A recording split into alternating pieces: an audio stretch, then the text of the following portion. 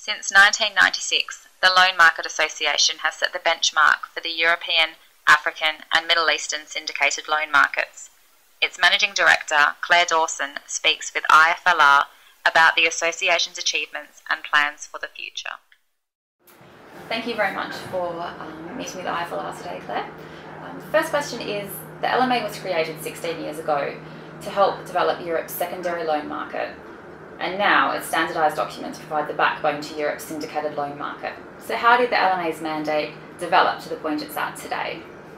I think really in response to what the market was looking for, and in particular by making sure that we engaged with the key market practitioners and the other stakeholders in the business. So obviously originally when we first started doing primary documentation, we had discussions with the Association of Corporate Treasurers, and they've remained involved in our investment grade document drafting ever since then.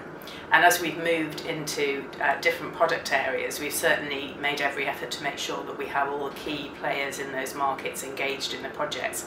And I think that means that the documents that we actually produce are relevant to the market, and people feel that they have been able to be involved in the process and therefore want to actually use them. Of course, some countries don't have standardised loan documents. I guess the US is a good example. I mean, by way of example, how has the LMA documentation helped improve lending practices or shape lending practices throughout Europe? I think even though we obviously only have documentation under English law and a couple of other continental European jurisdictions, we've always tried to make sure that the documentation can be fairly easily adapted to use right across the region. And I think that means that we've helped get the concepts that are in our documents accepted more widely. And so even if people aren't necessarily using the actual LMA standard form in its template version, they'll be familiar with the sorts of things that we feel should go into a loan agreement, and therefore will be more willing to look at including them if they're doing something maybe under local law. Okay.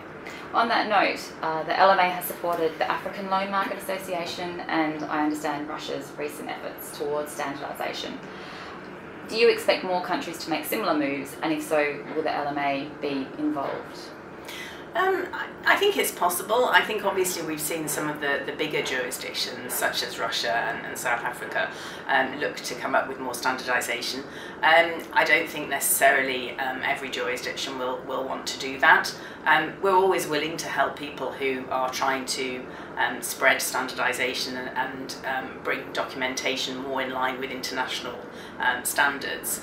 But I think in terms of how we see our bigger picture role right across the market, we would certainly see that for people who want to be active on the international market, then English law or possibly one of the major jurisdictions would remain to be what they would choose in order to get investors from right across the region. Okay.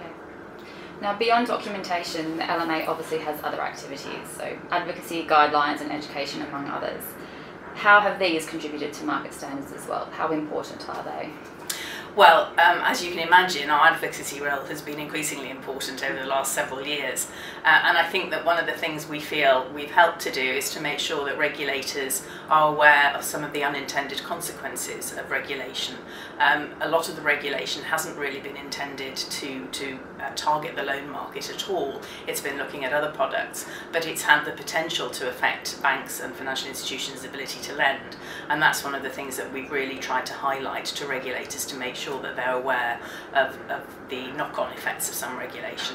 I think in terms of the education work that we do, we work very hard to make sure that right across the region people are aware of all the issues that they need to know about when they're making decisions to lend, the types of regulation that could affect a transaction throughout the life of a facility, and also really to make the region seem like one market as opposed to a series of fragmented markets. And so how do you see Europe's syndicated loan market changing? Do you see it becoming more integrated in that sense? And how will the LMA's mandate change in accordance with that?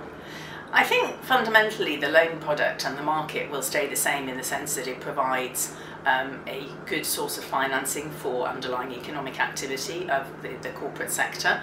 But I think certainly you're likely to see different types of investor coming into the market. I think it's possible we'll see banks coming from some of the newer markets such as China and even some of the African banks may start to get involved, actually lending in the syndicated loan market more widely. And I think similarly you'll get new sorts of borrower from newer markets.